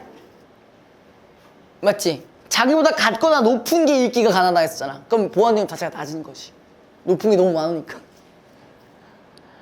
그럼 보안 등급은 을이 병보다 높은 게 아니라 병이 더 높은 거겠네요. 그죠? 자, 그 다음에 을은 A에 대한 읽기 권한과 쓰기 권한을 모두 가지고 있음을 고려할 때 을과 A의 보안 등급은 같겠다. 맞죠? 그 다음에 4번 을은 C에 대한 읽기 권한이 있으므로 C보다 보안 등급이 낮은 을에게 C의 중요 정보가 유출될 수 있다. 어쨌든 뭐야? 읽을 수 있는 거니까 가능한 거죠. 그죠? 그 다음에 5번 병이 A, B에 대한 읽기 권한이 없는 것은 병이 보유한 정보의 신뢰도 하락을 막기, 그치? 더 안 좋은 거 읽으면은 더 이상한 정보 넣을 수 있다고 했었으니까 안 된다 했었잖아요. 그죠? 그래서 답이 2번이었습니다. 지금 몇 시니 혹시? 6시 11분. 자, 우리